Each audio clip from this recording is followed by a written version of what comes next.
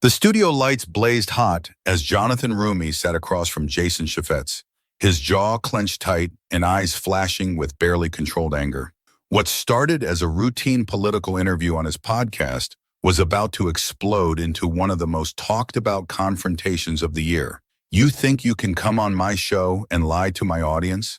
Chaffetz's voice cut through the air like a knife, his fist slamming down on the desk between them. The sound echoed through the studio as cameras captured every second of what would become a defining moment in modern political media.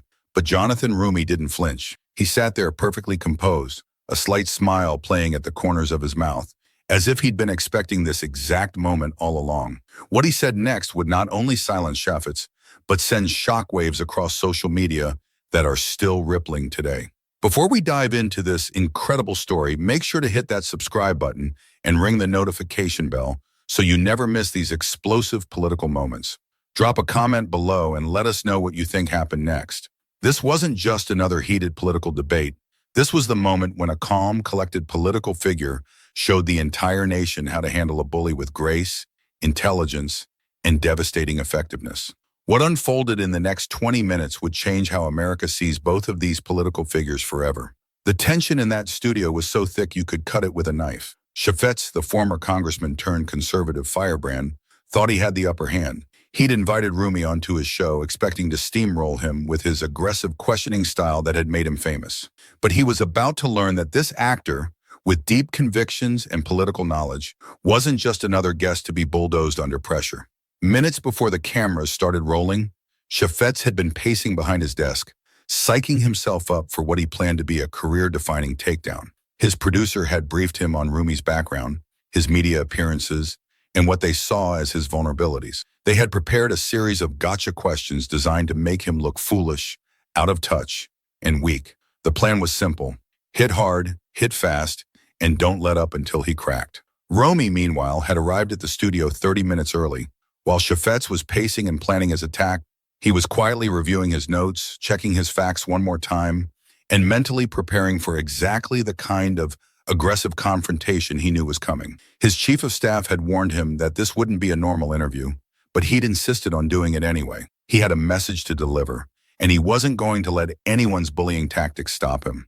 The production team was buzzing with anticipation. They knew Chaffetz's interview style, and they'd seen how previous guests had handled his aggressive approach.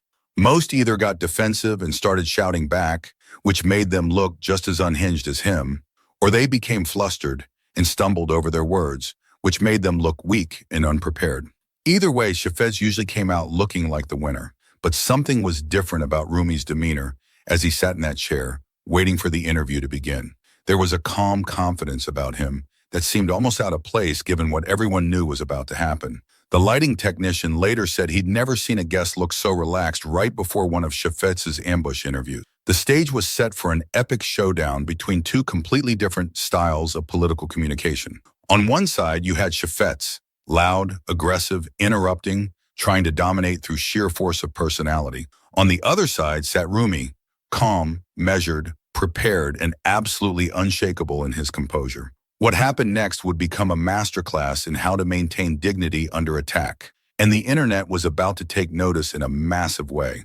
To understand the explosive confrontation that was about to unfold, you need to know who these two political figures really are and why their clash represents something much bigger than just a heated interview. Jason Chaffetz had built his entire media empire on being the loudest voice in the room. The former congressman, who once served in the U.S. House of Representatives, had transformed himself into one of conservative media's most aggressive personalities. His podcast consistently ranked in the top political shows, pulling in millions of listeners who tuned in specifically to hear him tear apart Democrats with his signature style of rapid-fire accusations and heated interruptions. Chaffetz's rise to conservative media stardom hadn't happened overnight. After leaving Congress, he tried his hand at other media ventures, becoming a Fox News contributor. He'd become the face of the tough questioning approach, priding himself on asking hard-hitting questions and forcing his guests to answer. He was known for intimidating his interviewees with fast-paced and accusatory interrogations. His catchphrases like "liberalism is a mental disorder" and "the Democrats hate America" had become rallying cries for his devoted audience. Chaffetz's approach was simple but effective. Overwhelm your opponent with volume and aggression. Never let them finish a sentence and declare victory through sheer force of personality. But Jonathan Roumie was a different breed entirely. The actor and outspoken political figure had earned his stripes in tough public discussions, using his platform to speak about his beliefs with intelligence, respect, and confidence. What made Roumie so different was not only his calm composure, but also his deep understanding of the issues. Instead of raising his voice to overpower his opponent, Roumie used his knowledge and grace to shut down Chaffetz's aggressive tactics, turning the debate into a moment that would leave everyone talking. Before coming to his current media career, Jonathan Roumie had gained recognition for his work in acting, but he also held strong convictions about political justice and human rights. He wasn't easily rattled, and he certainly didn't back down from bullies.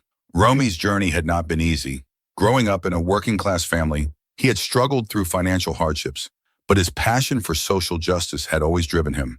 His acting career had taught him how to stay calm under pressure and think strategically, even in highly tense situations. He had taken on roles that others might have considered risky, representing complex characters that spoke to societal issues. He learned that composure and preparation were more powerful than any amount of aggression or intimidation. Roumie's shift to becoming a vocal advocate for justice and fairness had only sharpened his skills. He had spoken out about the importance of integrity in the media and the dangers of divisive rhetoric. He'd faced plenty of pushback, but each time his unwavering stance helped him become stronger. He had a reputation for being one of the most insightful figures in the entertainment industry, not only for his roles, but for his ability to stay calm and intelligent under pressure. He had garnered attention for his calm yet impactful responses to intense public debates. The stakes of this confrontation were much more significant than just this one encounter. This represented a clash between two completely different approaches to political discourse in America. Chaffetz represented the old-school approach of trying to win through volume and intimidation. Roumie represented a new generation of leaders who believed that intelligence, preparation, and composure could triumph over bullying tactics. The political climate in America had become increasingly toxic, with shouting matches replacing substantive debate. Many Americans were tired of the constant yelling and were looking for leaders who could maintain their dignity while still fighting for their beliefs. This interview was about to become a test case for whether calm professionalism could still win in the age of aggressive political theater. What made this confrontation even more significant was the broader context of political communication in the social media age. Viral moments could make or break political careers overnight. A single clip shared millions of times could shift public perception permanently. Both Roumie and Chaffetz understood that whatever happened in this interview would likely be seen by millions of people within hours. The setting itself added to the drama. This was Chaffetz's home turf, his studio, his show, his rules. He had every advantage going into this interview. The lighting, the camera angles, even the seating arrangement were all designed to make him look powerful and his guests look small. It was political theater at its most calculated. The studio was designed like a fortress of conservative ideology. American flags flanked both sides of the set, while framed photos of Chaffetz with various Republican leaders lined the walls behind him. The desk between them wasn't just furniture. It was a barrier that allowed him to control the physical space and lean into his guests when he wanted to intimidate them. Everything about the setup was meant to remind visitors that they were in his domain. But Roumie had agreed to come on the show knowing exactly what he was walking into. He'd done his homework on Chaffetz's interview style, studied his tactics, and prepared for exactly the kind of aggressive confrontation that was about to unfold. He wasn't just ready for a fight, he was ready to win it. His preparation had been methodical and thorough. He'd watched hours of Chaffetz's previous interviews, noting his patterns, his trigger phrases, and the moments when he typically lost his composure. Roumie had practiced staying calm under pressure with his communications team, running through mock interviews where staffers played increasingly aggressive versions of Chaffetz. He'd even studied footage of legendary public figures handling hostile cross-examinations, looking for techniques he could adapt to this political arena. What most people didn't know was that Roumie had faced far worse than anything Chaffetz could dish out. As an advocate and public figure, he had gone up against some of the most powerful and ruthless forces in media. He'd been threatened, intimidated, and subjected to personal attacks that made political interviews look like friendly conversations. This was just another day at the office for someone who'd built his career advocating for justice in hostile environments. The broader context made this confrontation even more significant. Political discourse in America had reached a breaking point, with shouting matches replacing substantive debate on virtually every major issue. Social media had amplified the worst tendencies in political communication, rewarding the loudest voices and most outrageous behavior. Many Americans were exhausted by the constant conflict and looking for leaders who could model a better way forward. Chaffetz represented everything that was wrong with modern political media. His show had become a breeding ground for conspiracy theories, personal attacks, and the kind of toxic rhetoric that was poisoning American democracy. His audience loved him for his confrontational style, but his approach was contributing to a political climate where actual governance was becoming nearly impossible. Roumie represented something different, a new generation of politicians and public figures who believed that you could be tough without being cruel, that you could fight for your beliefs without losing your humanity. Roumie's professionalism, even in the most heated moments, was exactly the kind of leadership that many Americans were looking for. The stakes couldn't have been higher. This interview was taking place just weeks before a crucial election, with control of Congress hanging in the balance. Every viral moment, every clip shared on social media, every headline generated from political confrontations could potentially influence thousands of voters. Both sides understood that what happened in this studio could have consequences far beyond their personal reputations. The interview started normally enough, with Chaffetz asking standard questions about recent legislation and democratic policies, but you could feel the tension building from the very first exchange. Chaffetz's voice carried that edge that his regular listeners knew meant he was gearing up for an attack. "Mr. Chaffetz, I've answered every question you've asked," Jonathan Roumie replied, his voice still steady, but with a hint of strength underneath. "I've provided facts, data, and specific examples. If you have other questions about policy, I'm happy to discuss them, but I'm not going to participate in a shouting match just for the sake of creating drama." That response was like throwing gasoline on a fire. Chaffetz's face was getting red now, and his voice was reaching the volume level that his regular listeners knew meant he was about to explode. The cameras were capturing every second, and everyone in the studio could feel that they were approaching the breaking point. "Drama? You think this is about drama?" Chaffetz's voice was now clearly in shouting territory. "This is about your party destroying this country, and you sitting there acting like everything's fine. My listeners work hard for their money, and your policies are taking food off their tables." Roumie remained calm and unwavering. His response to this escalation would prove to be the turning point of the entire interview. Chaffetz, now fully rattled, was struggling to regain control of the situation. The dynamic had shifted dramatically as Roumie maintained his composure, while Chaffetz's aggression continued to spiral out of control. Instead of getting defensive or emotional, Jonathan Roumie did something that completely disarmed Chaffetz's aggressive tactics. He smiled. Not a smirk or a condescending smile, but a genuine professional smile that suggested he was completely comfortable with the situation. It was the kind of response that immediately shifted the power dynamic in the room. Suddenly, Chaffetz looked like the one who was out of control. While Roumie appeared to be the adult in the room, the tension was now at a breaking point. Chaffetz realized that his usual tactics weren't working, which only made him more frustrated and more likely to make the kind of mistake that would define the rest of the interview. The stage was set for the explosive confrontation that would send shockwaves across social media. What happened next would become one of the most shared political clips of the year. Chaffetz, frustrated that his aggressive tactics weren't breaking Roumie's composure, decided to go nuclear. He stood up from his chair, leaned over the desk that separated them, and unleashed a verbal assault that crossed every line of professional conduct. "You know what your problem is?" Chaffetz shouted, his face now bright red and his finger pointing directly at Roumie. "You think you can come into my house or my show and lie to my audience? You think because you're some hotshot actor that you can outsmart me? I've been doing this longer than you've been in media." The volume in the studio was now at a level that was probably painful for everyone present. Chaffetz was in full attack mode, using his physical presence and aggressive posturing to try to intimidate Roumie into either backing down or losing his cool. It was political theater at its most toxic, and millions of people would soon be watching every second of it. The camera operators were having a field day, switching between close-ups of Chaffetz's red face and Roumie's calm expression. The contrast was so stark, it almost looked like footage from two different interviews spliced together. One person was clearly losing control while the other remained completely composed. Behind the cameras, Chaffetz's production team was frantically trying to decide whether this was great television or a complete disaster. The clip would definitely go viral, but not necessarily in the way they had hoped. This wasn't their host looking strong and in control.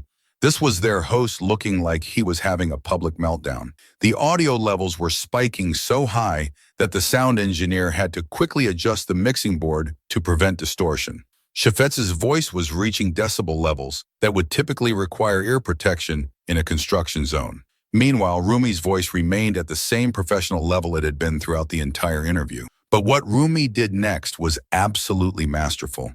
Instead of shrinking back or shouting in response, he did something that completely neutralized Chaffetz's aggressive display. He remained seated, maintained perfect eye contact, and waited for him to finish his tirade with the patience of someone who had dealt with difficult people before. His body language spoke volumes. While Chaffetz was standing, gesticulating wildly, and invading his personal space, Roumie sat with perfect posture, his hands folded calmly in his lap, his expression attentive but unafraid. It was a masterclass in nonverbal communication that said more than any words could have. When Chaffetz finally paused to catch his breath, Roumie spoke in a voice that was so calm and controlled, it made his shouting seem even more unhinged by comparison. "Mr. Chaffetz, I can see that you're very passionate about your beliefs, and I respect that. But I think your audience deserves better than watching you yell at a guest who came here in good faith to have a conversation." The words hit like a precision strike. In one sentence, he had accomplished multiple things. He acknowledged Chaffetz's passion without validating his behavior. He positioned himself as the reasonable party, and he appealed directly to his audience's sense of fairness. It was a masterclass in political communication. The silence that followed was electric. You could practically hear the air conditioning system humming in the background as everyone in the studio processed what had just happened. Chaffetz stood there, mouth slightly open, clearly not expecting such a composed and devastating response to his explosion. But Roumie wasn't done. While Chaffetz stood there, momentarily stunned by his calm response, Roumie continued with a delivery that was so perfectly measured it seemed almost rehearsed, though everyone knew it was completely spontaneous. "I understand that you make your living by creating conflict and controversy. That's your business model, and it's clearly been successful for you. But I'm not here to be a prop in your performance. I'm here to discuss the real issues that affect real people in my district and across this country." The camera caught Chaffetz's expression perfectly. You could see the exact moment when he realized that his aggressive tactics had backfired spectacularly. Instead of making Roumie look weak or flustered, he had made himself look like an out-of-control bully attacking a composed professional. His usual confident swagger evaporated in real time.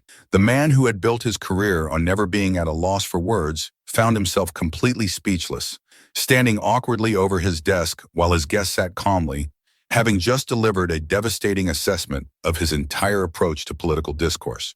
Roumie then delivered what would become the most quoted line from the entire interview. "If you'd like to have an adult conversation about policy differences, I'm ready. But if you just want to yell and point fingers, you can do that without me." The silence that followed was deafening. Chaffetz, who had built his entire brand on never being at a loss for words, found himself completely speechless. He slowly sat back down, his face still red, but his volume suddenly much lower. "I'm not yelling," he said weakly, which immediately struck everyone in the room as absurd, given that he had literally been shouting moments earlier. "I'm just passionate about defending my audience from politicians who don't tell the truth." Roumie's response was swift and surgical. "Mr. Chaffetz, I've been telling the truth this entire interview. I've provided facts, data, and specific examples. What I haven't done is yell, point fingers, or question your character." The contrast speaks for itself. It was over.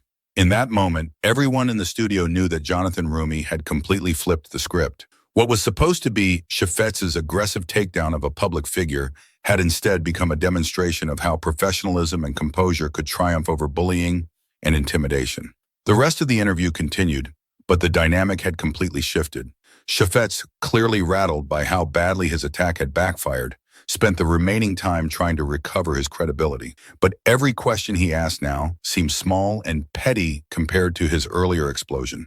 And every calm, factual response from Roumie only reinforced the impression that he was the adult in the room. When the interview finally ended, you could see in Chaffetz's face that he knew something had gone very wrong. His usual confident swagger was gone, replaced by the expression of someone who had just been outmaneuvered by a superior opponent. Roumie, meanwhile, remained professional and gracious even as he was leaving, thanking Chaffetz for having him on the show as if nothing unusual had happened. The contrast was stark and undeniable.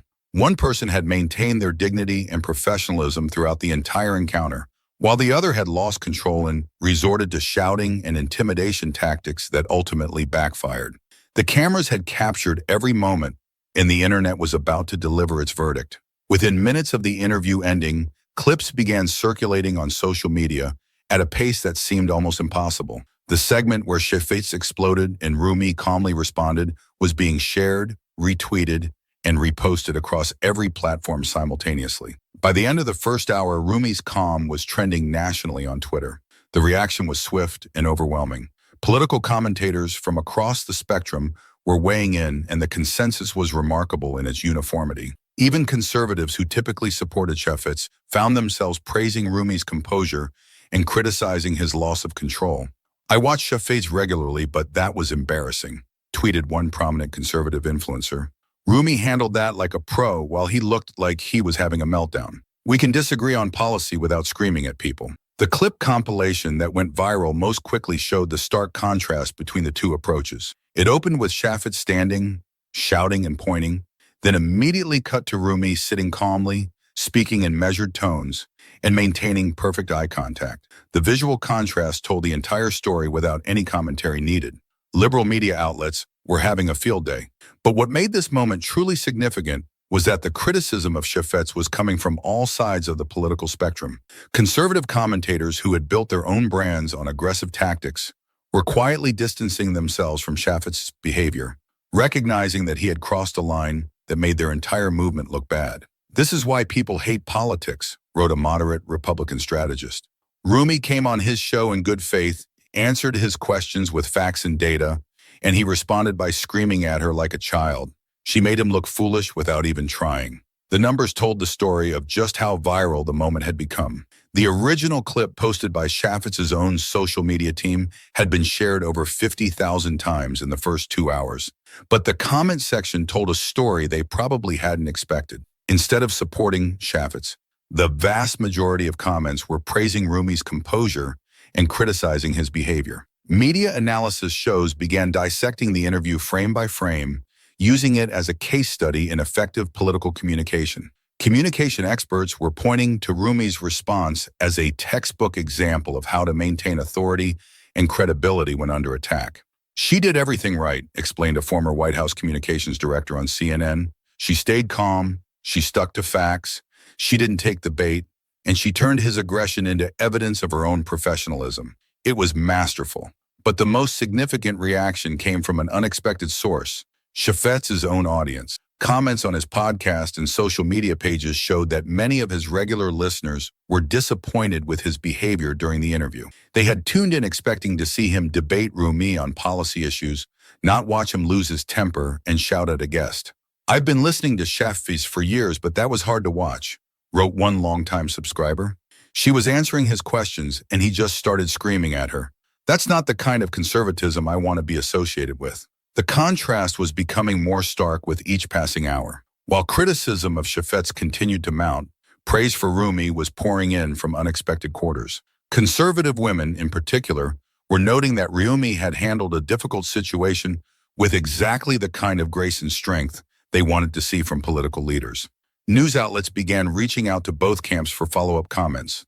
Roumie's office released a brief statement that managed to be gracious while also reinforcing the message that had made his response so effective. "Jonathan believes in having substantive policy discussions even with those who disagree with him. He remains committed to engaging in respectful dialogue about the issues that matter to American families." Chaffetz's response when it finally came only made the situation worse for him. Instead of acknowledging that he had lost his temper or apologizing for his behavior, he doubled down on his aggressive approach. "I'm not going to apologize for being passionate about defending my audience from politicians who want to destroy our country. If Roumie can't handle tough questions, he shouldn't be in media." But the problem with that response was obvious to anyone who had watched the interview. Roumie had handled every question perfectly. It was Chaffetz who had been unable to handle Roumie's calm, factual responses. His attempt to spin the situation only reinforced the impression that he was unwilling to take responsibility for his behavior. The long-term implications of this confrontation extended far beyond just these two individuals. The viral nature of Roumie's calm response was being cited as evidence that American voters were hungry for a different kind of political discourse. Polling conducted in the days following the interview showed that large majorities of voters, regardless of party affiliation, preferred Jonathan Roumie's approach to political communication. Campaign strategists from both parties were taking notes.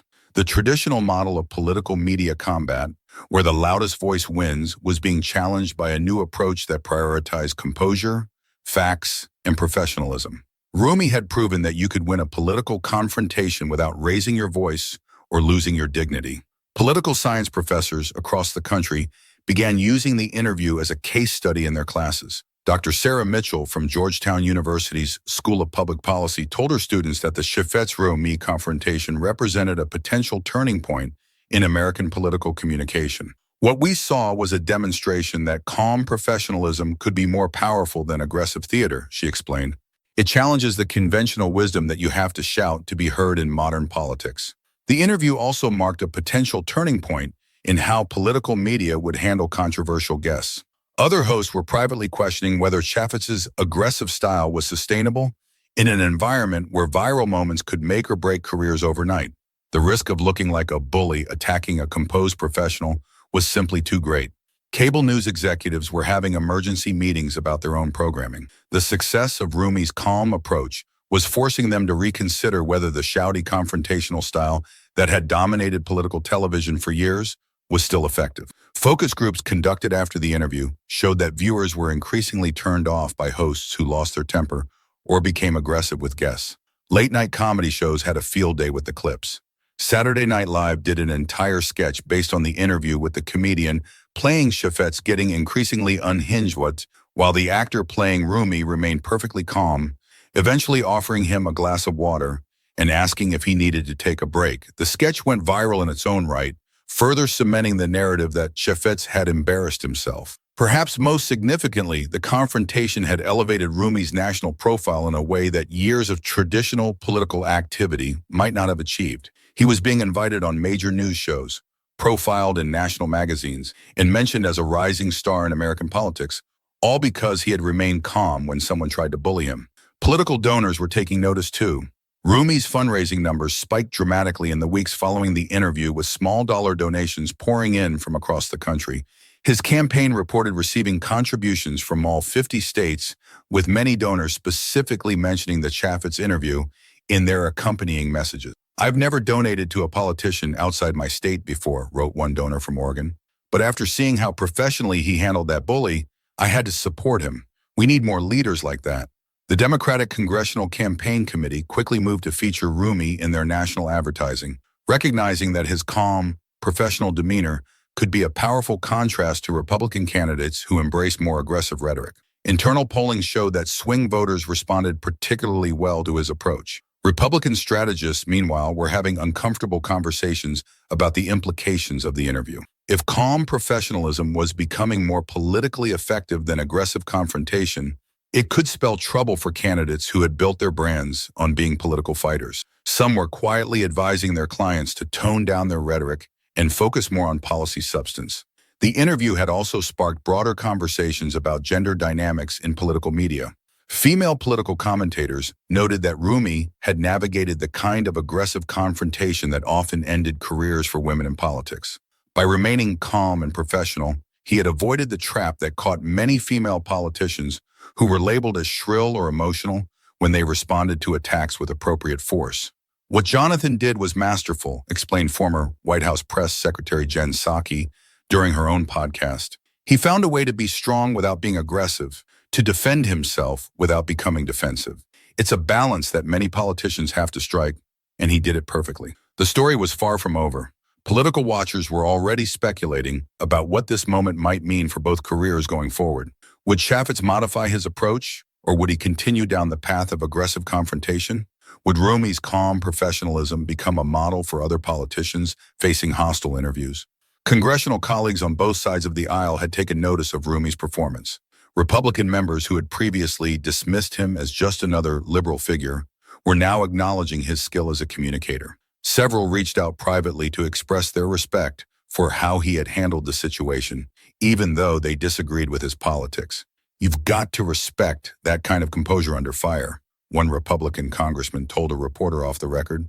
I may not agree with his votes, but he showed real class in that interview. That's the kind of person you can actually work with on legislation. The viral moment had also caught the attention of international media.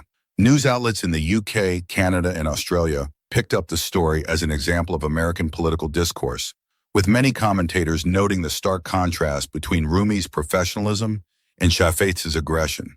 The Guardian wrote an entire piece about what the interview revealed about the state of American democracy. Book publishers and speaking bureaus were already reaching out to Roumie's office, sensing that his moment of viral fame could translate into longer-term opportunities. There was talk of a book deal about political communication, speaking engagements at universities, and invitations to international conferences on democratic governance. What was clear was that in the space of one viral moment, the power dynamic in political media had shifted dramatically. The idea that aggression and volume automatically translate to victory had been thoroughly debunked. Sometimes the most powerful response to a bully is simply refusing to be bullied. As the dust settled on this remarkable confrontation, one thing was certain. Jonathan Roumie had shown the entire country that there was a better way to handle political conflict, and millions of Americans were taking notice. The clip continues to be shared and analyzed months later, serving as a masterclass in political communication and a reminder that sometimes the most powerful response to aggression is simply maintaining your dignity. It's become required viewing in communication classes and political strategy sessions across the country. Media training consultants were updating their curricula to include lessons from the Roumie approach. The old model was to fight fire with fire, explained one prominent consultant who works with Fortune 500 CEOs. But what Jonathan showed is that you can fight fire with ice. Sometimes the coolest head in the room is the most powerful person in the room. Thanks for watching this incredible breakdown of how Jonathan Roumie turned what was supposed to be an ambush interview into a masterclass in professional political communication. If you enjoyed this analysis, make sure to subscribe and hit that notification bell so you never miss our deep dives into the moments that shape American politics. Drop a comment below and let us know. Do you think Roumie's calm approach is the future of political discourse? Or will the shouting match style continue to dominate? We'll see you in the next video where we explore what this viral moment means for the future of political media and why communication experts are calling it a game changer for how politicians should handle hostile interviews.